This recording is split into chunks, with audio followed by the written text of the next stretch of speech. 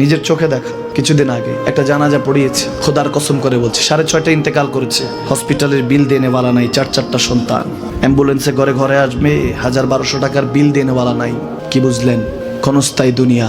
মুমিনের কম থাকলেও আমি বলি, কেউ যদি এসে বলে হুজুর একটু দোয়া করেন, খুব পেরেশানিতে আছি, আমি তার হাত চুমু খেয়ে বলি তোমাকে মোবারকবাদ, আল্লাহ তোমাকে ভালোবাসে। পেরেশানি তো মালিক দেয়, এই জন্য এটা রহমত মুমিনের জন্য। পেরেশানি দেয় যখন ফেরেশতারা বলে আল্লাহ চাইতেছে টাকা পয়সা চাইতেছে, বলে এটা কি? বলে ফাসেক, দে বিদায় কর।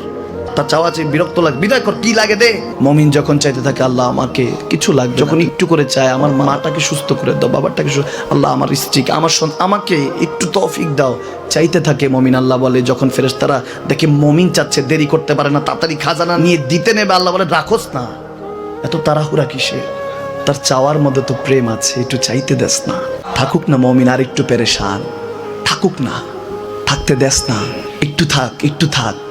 পেরেশানিতে রেখে আল্লাহ মজা নেয়, মহব্বত নেয়, মুমিনের অন্তর থেকে খুশবু নেয়।